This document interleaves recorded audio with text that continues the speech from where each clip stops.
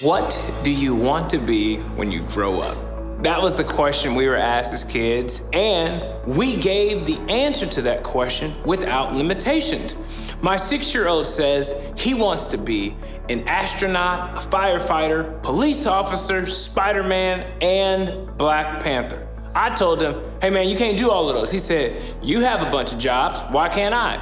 Touche, son, touche. He has 0 limits. So why can't he be Spider-Man on Tuesday and Black Panther on Wednesday? But here's the deal. If I were to ask you now, as a grown-up, what would you do if you knew you could not fail? It would take a question like that to remove limitations, because by the time we graduate college, we become increasingly aware of what we can and cannot do, and student loans won't pay themselves off. What if, just for a moment, we could get back to the place of no limitations? What if we could dream again? What I know about our dreams is that the distance between our dreams and realities is often intimidating. We think our dreams require email marketing, money, social media ads, hard work, a good website, understanding markets, understanding technology, knowing the right people. And while some of that may be true, what I believe our dreams require the most is really bravery.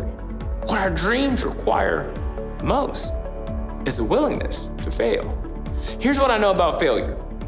Every successful person you and I admire, follow, and look up to has had a fair share of failure. You might as well get yours too.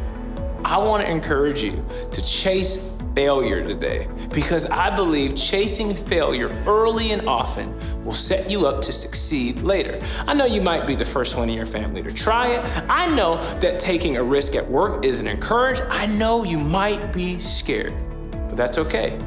One of my favorite authors says it this way: if you can't beat fear, just do it scared.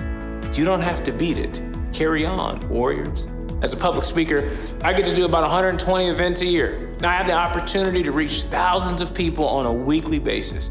As an executive coach, I get to train about 12,000 leaders a year.